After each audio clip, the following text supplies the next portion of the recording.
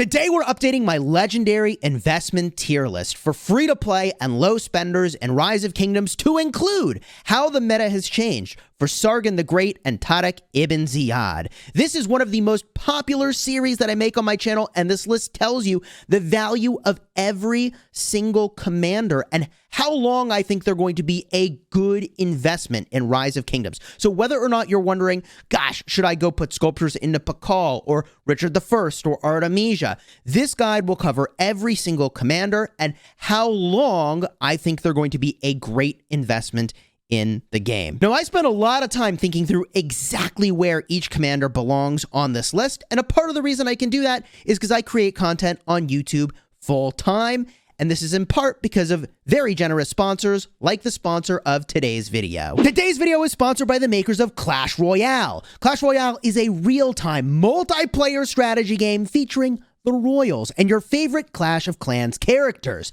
You collect and upgrade dozens of cards featuring troops, spells, defenses, and more. In fact, there are princes, knights, baby dragons, the list goes on. You knock the enemy king and princess from their tower, defeat your opponents to win, claim all the glory and all the crowns. Let me show you how the battles work.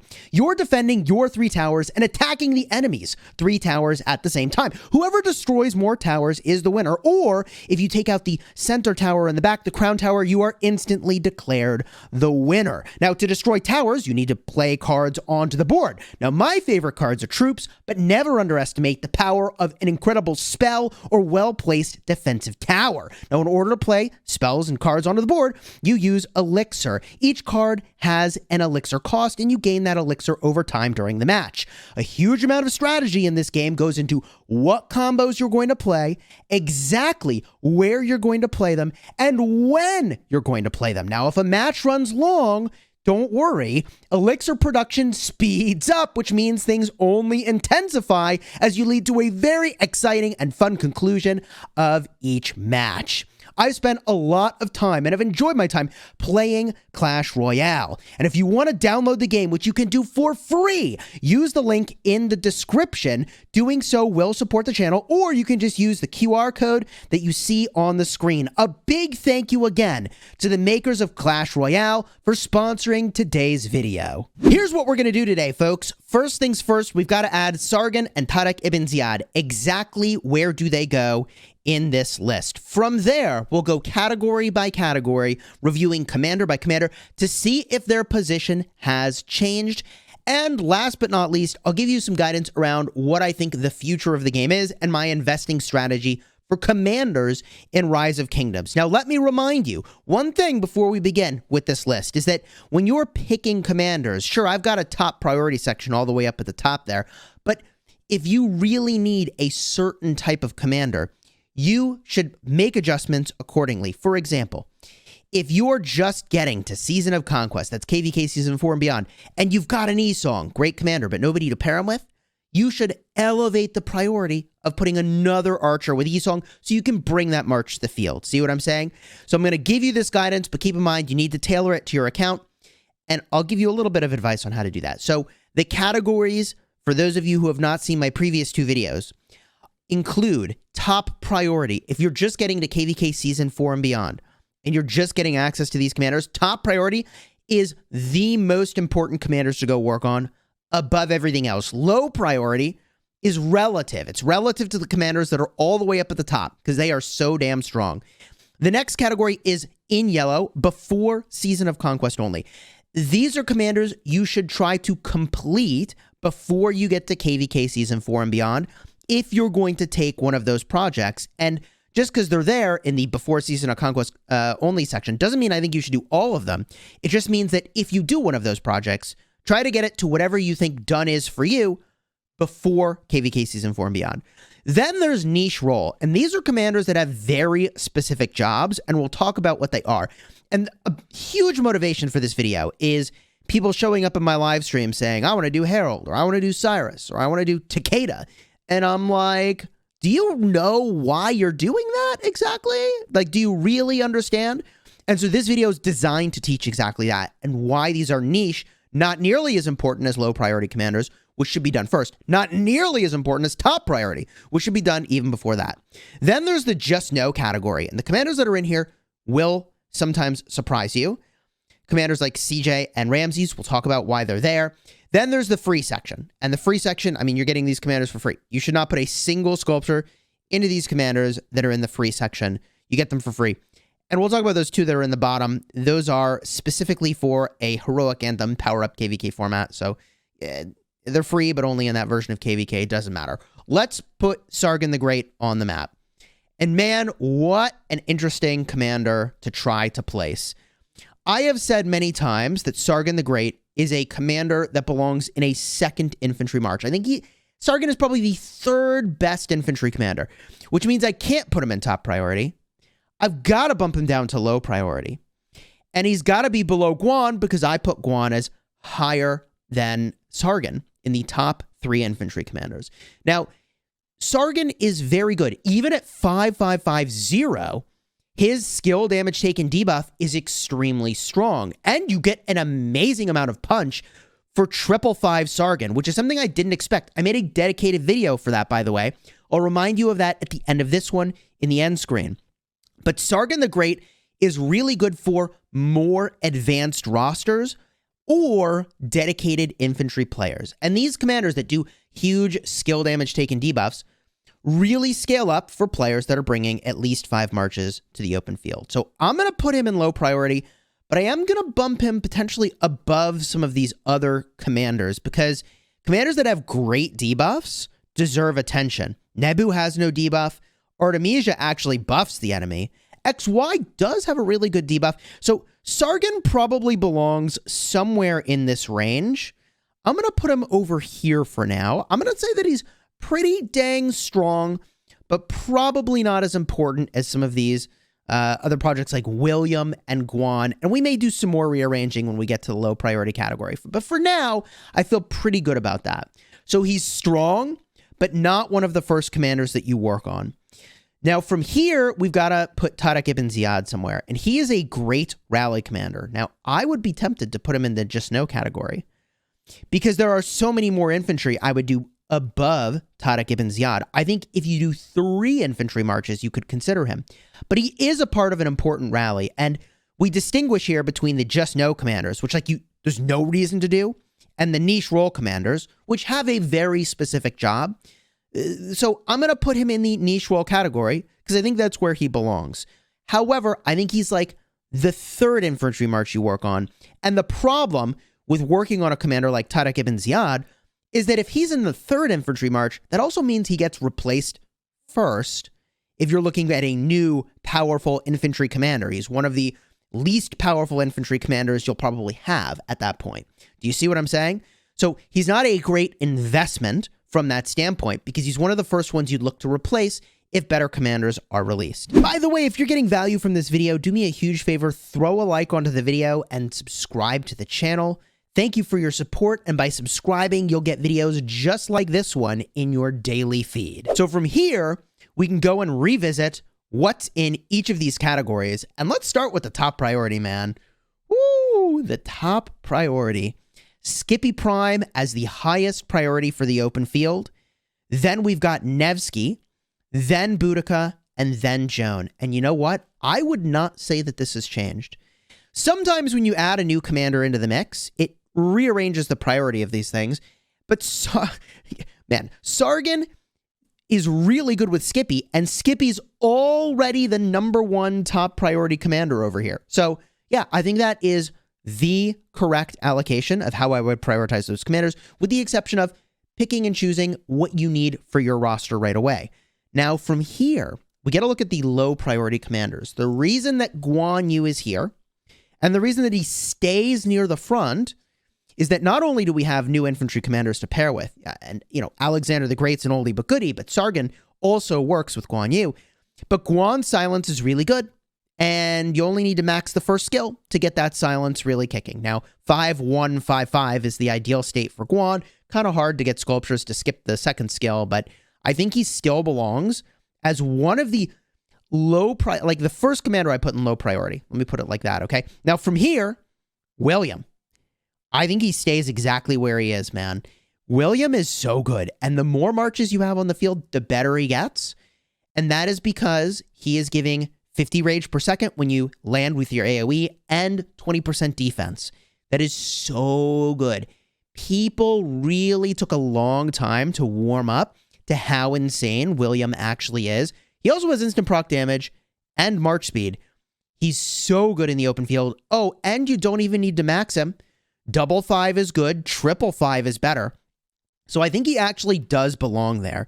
Now, Sargon, I think we're going to leave him where he is for now. I still really like Honda Tadakatsu on this list. As a reminder, his role is as a versatile commander that you pair as a secondary to almost any of the other commanders you see here. I mean, he literally works with every commander except William primary. Is like, that's weird. I wouldn't do that. I tried that. It didn't really work particularly well. And that's because he's missing the skill tree. So I wouldn't do William Honda. And I personally have shifted around my Honda Tadakatsu with so many different commanders. The problem with Honda Tadakatsu, even though he's a great investment because he's versatile, is that I really do think his expertise is what makes him super strong. So do I keep him where he is or do I move him around? It's a lot of sculptures to put into a commander, but he is really versatile that you can use with every troop type. I think I could make the argument of moving him down over here just because I think it's so many sculptures to get him kicking compared to the next 3 commanders, which, by the way, are so few sculptures to get to a good place. XY, you take to 5511, and he's got the majority of his punch. XY is still extremely good and is among the top 4 cavalry commanders in the game. Now, there is one problem, which is that he's not in the top 3 cavalry commanders in the game. So the downside of XY, and I'll bump him down a little bit, is that when they release new cavalry commanders, who are you going to replace if you have 4 really good cavalry commanders? If you have Nevsky, if you have Joan, if you have William, you're going to replace XY. So you could almost make an argument that XY goes into the niche role category, a cavalry commander specialist from an investment standpoint. I almost am ready to rip him down to niche role, but for the time being, he's still really good. So I have a hard time doing that, but I want to give you all that information because I would not try to expertise XY at this moment in time, because when new calves come into the game, if you only have 2 cav marches, and I only have 2 cav marches, is going to be the first one to go. I assume. I mean, it could be that the new commander does something where it's like, oh my god, pair with XY, but all 3 of the other cav commanders are way better. Now, Artemisia is in a similar-ish situation where at 5511, pair with Boudica Prime, and she is insane. And why is that? She has a huge all damage dealt boost that she gives herself, but she periodically silences her own march while Boudica Prime shrugs off the silence, which is really good. So if you're just getting to Season of Conquest and, you can invest in Boudica and then, the 5511 is really easy to get on Artemisia, that's a pretty sweet pickup. So I still think she belongs, as does Nebu. At 5511, these are some of the best commanders in my 5511 list. It's not a coincidence they're in low priority, but I want to caution you that these 4 commanders, Artemisia, Nebu, XY, and Honda Tadakatsu, I think they're still really good. And I think they're still going to be really good for a long time. But if they release a new archer, or if they release a new cavalry commander, I think those commanders could be on the chopping block, but they are still extremely strong. And if you use 3 archer marches or 3 cavalry marches, then they're all still snap includes, and they would be insanely good investments, especially at the low sculpture count that it takes. Now, when we get a look at the before Season of Conquest category, this is really interesting because we know the developers have said, hey, guess what? We're going to give you some more museum buffs, baby, which means Saladin could get really, really good. That means that Alexander the Great somehow is going to get even better potentially, which is kind of insane. So the Season of Conquest commanders, I think, are all still very accurately representing what I think you should put sculptures into. In other words, Alexander the Great is a great goal for an expertise commander before Season of Conquest. There are still a ton of commanders you can pair him with, and I rate him as the number 4 best infantry commander right now. Considering that you should start this investment before you even get to Season of Conquest, that's some value, man. Early game investment lasting to the end game, and theoretically he'll get a museum buff, which makes him better. Super good. Esong, still super good. Also, Saladin at 5551. If he gets a museum buff, and if it's good, my God, man, going to be insane. If you spend on Minamoto, by the way, Minamoto is still really, really good. And you may be surprised to hear that. But let me tell you, he does really high single target damage. And he does an important debuff. 10% chance to make the target take 30% all damage is an insane debuff. Extremely high power whales, such as Bunny, have been spotted in the past using Minamoto with his museum buff, swarming flags, because guess what? That is a lot of single target damage, and a flag, you just want single target damage. So I think Minamoto is a really great pickup, and Mehmet is still insane, man. 5511, with the museum buff, he gets really, really good. Now, if you're going to put universal sculptures into Mehmet, or you're going to put universal sculptures into Charles, okay, I think that if these are choices you're going to make, don't put too many into them, because your universal legendary commander sculptures are extremely valuable, and these are gold key commanders, which means you're going to get them for free over time, and eventually, once you get their sculptures and you have them expertised, those are worthless to you. So, sure, your last gold sculpture that goes into, Charles Martel or Mehmet unlocks their expertise. That's really great. But then every sculpture after that you get from a gold key, instead of being value, is absolute complete waste. So just be careful. That means I wouldn't put more than like 5511 worth of universal sculptures into either of those commanders.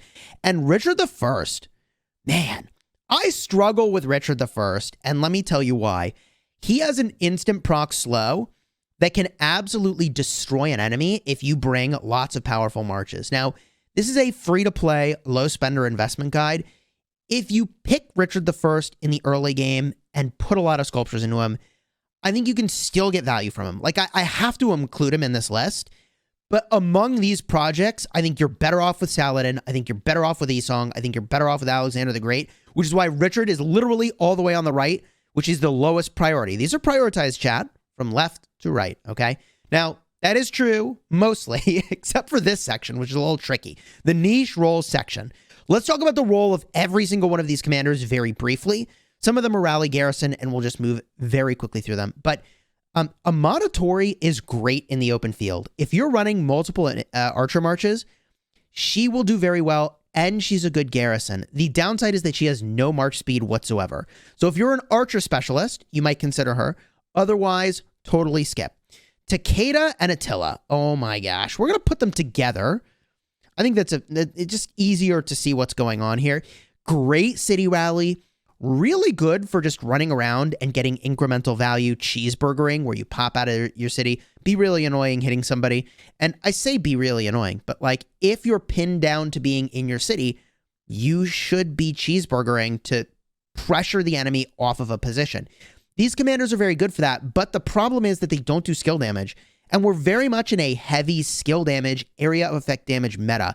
I do not think you will see top tier players running around with Attila Takeda in the open field. And we will see this, by the way, in big KVKs. Is 1960, is 365. Are they going to use Attila Takeda? And I think you're going to see a lot of Trajan, but I don't think you're going to see any Attila Takeda, okay? So they're okay if you know what you're doing with a Cav March, but I personally would stay away from them. Similarly, I would stay away from Bert, and I would stay away from Henry. Great rallies. Solid in the open field, probably better than they've been given credit. But these are really kind of specialist commanders. If you're cavalry and if you're archer, you could consider them, but they're like third string, third march category worth of strength here. Same is true for Chandragupta. I mean, the dude has an amazing debuff that he applies onto an enemy, and you can get him now from the daily special offer, which I'm doing even though I'm not going to use him, because theoretically they're adding a KVK format and maybe other ways to get value from skills you have on one commander and apply them to another without getting into that separate topic. I think that Chandragupta is solid for like a third cavalry march, but he's cavalry specialists only. Gilgamesh is a weird one. Now, Gilgamesh has a health debuff, and the problem is that you have a better health debuff, or at least, an AoE health debuff already on Skippy, all the way up at the top. So the problem with Gilga is a huge amount of the value he brings is totally lost, because you already have a debuff that is doing the same thing, and they don't stack with each other because they're both active skills. The other thing that I do like about Gilgamesh, however, is that he's got a ton of health, he reduces normal attack damage taken, and he makes the target take more skill damage, and that's an instant proc debuff, and if they heal, they take damage. He's a niche commander. I don't think he's one of the top archer commanders, but I do think he's solid. Pakal and Herald, same advice I gave about cheeseburgering and popping out of your city. You should not aspire to be a cheeseburgering style player, but if you were aspiring to do that, those are the commanders that you would pick. Otherwise, they're not that great in the open field. They are missing area of effect damage. They are missing big buffs to the team. They are missing big debuffs. Commanders that just do damage are a dangerous invest and are very easy to replace because damage is replaceable, whereas utility might not be for a very long time. Speaking of utility, Cyrus has some great utility. Good debuffs on Cyrus, instant proc damage. He's an open field commander that I do like, and I bring him into my top string of open field archer commanders at times. So depending on where I'm putting my Honda Tadakatsu, I might actually use my Cyrus in my main lineup with 2 archer marches. I think he's solid. I think he works without the expertise, but I don't think he's a great investment right now, especially compared to the other commanders in the low priority category. So you've already got plenty of other archers that you can be doing. You've got Boudica, you've got Artemisia, you've got Nebu, you've got Isong. So Cyrus is one of those commanders that you'd only work on with 3 or more archer marches. From there, Leonidas, man. This dude is debated so much. And I'm going to put him all the way over here. I'm going to put him all the way over here. Leonidas holds this really insane niche role of being only good with Guan Yu. And at 5-5-1-1, Leonidas with Guan Yu is insane. And I think it's better than Alexander the Great in a lot of instances, but Alexander the Great shielding and debuffs are really, really good. And the problem with Leonidas is that he doesn't do any debuffs. He does buff your Guan to do more damage. He does also generate more rage, which means Guan silences everybody more. And for the amount of sculptures you're putting into him, 5-5-1-1, that's an insane amount of value. However, given that you have so many other infantry right now that you could put low sculptures into and get value, like Skippy, like Alex, like Sargon, I'm going to put him lower. He stays in the niche role, but it is a really powerful role that he still fills. But the only, he's missing march speed. He's so slow. Whatever march you pair him with, and really the only one I think that you would do is Guan, it's just going to be so damn slow. It's going to frustrate you. From there, we've got Tommy. And Tommy is the kind of commander that gets really, really good in a situation where you have 5 or more marches. I feel like this is a great commander for Wales to use because you're definitely going to have an upwards of 7 marches on the field, and then that skill damage taken debuff she does is insane. We should all be on the lookout for what museum buff she gets, assuming she gets one soon. So I'm going to put her all the way up over here as a commander that, like, we should be watching, but I also think that she still remains in that niche role category. Now, Constantine is a great commander in Canyon. Can't say I'd really recommend him for the open field. He's just a punching bag. So Constantine stays niche role. He could get really interesting with his museum buff. For now, he just stays there. And the rest of these are really just garrison or rally commanders. In fact, these are all, almost all garrison commanders. I don't think you should invest in garrison commanders at all if you're free to play. And certainly, also, I think you should not invest in these commanders if you're a low spender. And although you could put them on your wall and theoretically you could take city rallies, I just think you should entirely avoid taking city rallies and stick to other commanders that you have.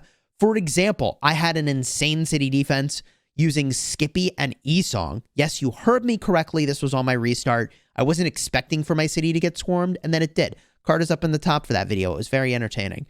Now we can talk about the just no category. And this is really interesting because Trajan is here. And I have to ask the question, should he be here? Previously, we moved Trajan down to the just no category because, well, it wasn't really clear what leadership was going to be. They skipped the leadership commanders. We didn't know if they were even going to come back at all. Like, it's very strange that leadership has really taken the backseat for so long. So leadership commanders could be good, but are they? And is the investment in leadership equipment worthwhile? Here's the thing. I think the best players in the game, every single one of them, is going to tell you that Trajan is one of the strongest commanders in their lineup. Go ask 60GT what they think. Go ask 1V what they think. And I'm just guessing that they're going to tell you that Trajan is insane. And it's a part of how they go win Ark of Osiris League. And it's a part of how they're going to dominate the open field. Now, should a free-to-play or low spender invest in Trajan? Man, if I were to bump him out of the just no category, it would be at the very end of low priority, or it would be in the maybe niche role. And what I'm trying to say is that he's the sort of commander that I think if you have 5 or more marches is really good. Free-to-play players at most would only have 5 marches. Light spenders might have more. But you know what makes Trajan really amazing? Also, is that he makes an amazing home for your Ethelfled. Which means, sure, he's a lot of sculptures. I get it. And yeah, I'm going to tell you, you really kind of need him expertise if you're going to use him. He's not really a 5-5-1-1 sort of a commander or a 5-5-5-1 sort of a commander. But here's the thing. A commander that can make your Ethelfled absolutely top tier is pretty damn high value, don't you think? So I'm going to put him in niche role again, and I'm going to put him towards the front of niche role because the developers have said, like, yeah, we're going to bring more leadership commanders. So we know that it's not a dead category. But I think you could make an argument for him being higher. The thing is, I really don't want to put him as a higher priority by dropping him into the low priority category because you really should work on him only as, in my opinion, your 5th march. And at that point, it makes sense to add him in, okay? Now, the other commanders in the just no category are really interesting. You've got CJ. Now, I put him in just no, and it turns out what a good call that was. Because although if you have CJ already, you're going to use him in the field and have a really good time using him. Guess who is as good as CJ or better? And it takes less sculptures to get it. This guy right over here, Tariq ibn Ziyad. I said he was a bad investment to go into CJ, and turns out you can get just as much punch, less sculptures on a Tariq ibn Ziyad. So I still think CJ's in the just no category, even though if you have him, he's good. You use him, and there's a lot of infantry commanders you pair him with. I have him on my restart. I've used him with Guan. You can use him with Skippy and get great results. Also, Ramses is in a similar situation. The reason that Ramses is here and Gilgamesh is not is that Gilgamesh is a part of a very important rally, and Gilgamesh has an instant proc debuff that does the skill damage taken debuff. Ramses, on the other hand, the thing is that his only debuff is, well, removing healing. That is kind of cool. And also a defense reduction. And you have better defense reductions. You've got Nevsky and you've got XY. Ramses is doing single target damage in a world in which you want AoE, and he doesn't even have any base march speed. He only gets march speed, I think, when you're getting hit. So Ramses is not a great investment, in my opinion, because you got a ton of other commanders that are super punchy at less sculptures. Edward of Woodstock, Khan, Barca, oh my God, Charlemagne, Lubu, Suleiman, Moctezuma are all unfortunately terrible commanders. And maybe a museum buff changes Edward of Woodstock. Maybe a museum buff changes the prognosis here for Khan. But it didn't change the prognosis for Barca. It didn't change Charlemagne. So I would not hold my breath for those commanders being good. Don't put sculptures there. Now, these commanders in the free section, I don't know how much we need to talk about them, other than the fact that you should find a home for your Ethelfled. If Ark of Osiris League champions are using Ethelfled in their mid-brawl when they can use literally any commander in the game, you should find a home for your Ethelfled. Whether you're free-to-play or low spender, you should do it. And we'll see if, 365 and 1960, who are about to have this huge KVK and huge confrontation, by the way. It's why I keep talking about it. If they're using Ethelfled, which I almost guarantee you they will, then you should be using Ethelfled, because that means it's insanely good. Mulan is in a similar sort of a situation, but not as good as Ethelfled for the open field.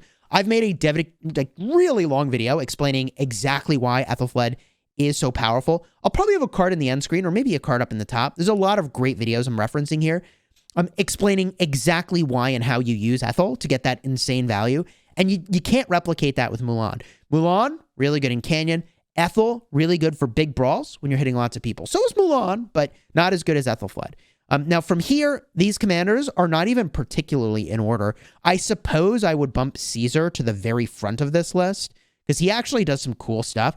Also, El Cid, it's better than people give him credit for.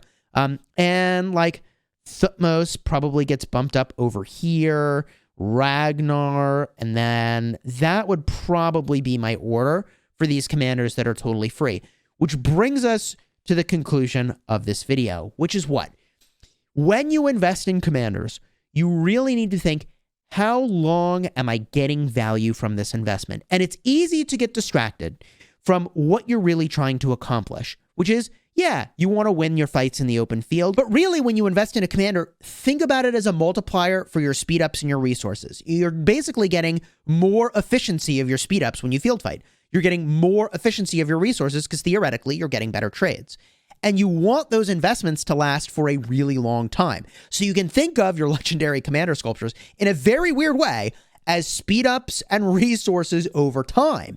And so when you invest in a commander, my strong guidance to you will be to think about the commanders that will last for a really long time. Look at the commanders that are at the top of this list, and I will remind you why they're here, right? Like amazing AoE debuff and shielding to your team. Huge defense debuff to the enemy, and also insanely tanky.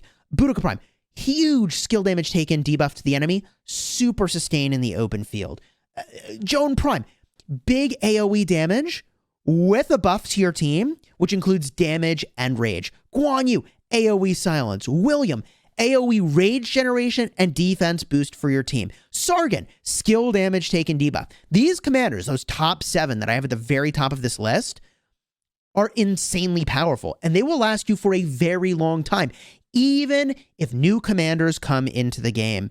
The power level would have to be insane to take one of those top 7 commanders I just listed out of your roster because their effects are so good. So when you invest your sculptures, I would really encourage you to look at those commanders at the very top of this list. But if you're looking for more information about this list and why commanders are here, I feel like I gave a pretty in-depth explanation today, but I've gone in-depth several times in the past, and you might find that valuable. So I'll have a card in the end screen for the last time that I did this tier list, and also I'll have a card in the end screen for that video about Ethelfled. And if you want any of the videos I referenced during this one, tap the little info button up top. It will take you there. A big thank you again to the sponsor of today's video, Clash Royale. Use the link in the description to download Clash Royale. That does support the channel by using the link. Thank you again for sponsoring today's video.